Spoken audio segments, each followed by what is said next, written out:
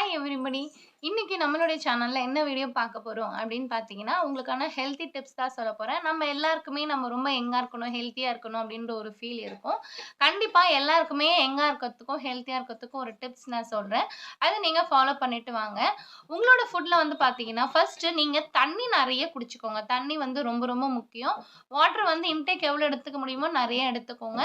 Second thing வந்து பார்த்தீங்கன்னா, கீரை வகைகள், green vegetables, green item vegetables எல்லாமே நெறைய சாப்பிட்டு வாங்க. கீரை வகைகள், இந்த பீன்ஸ் இதெல்லாமே சாப்பிட்டு வாங்க உங்க ஃபுட்ல. ரொம்ப ரொம்ப நல்லது. அண்ட் தேர்ட் வந்து பார்த்தீங்கன்னா, ஃப்ரூட்ஸ்.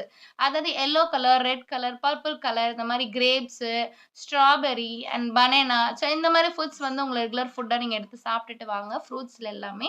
எல்லாமே ரொம்ப ரொம்ப ஹெல்த்தி உங்களுக்கு.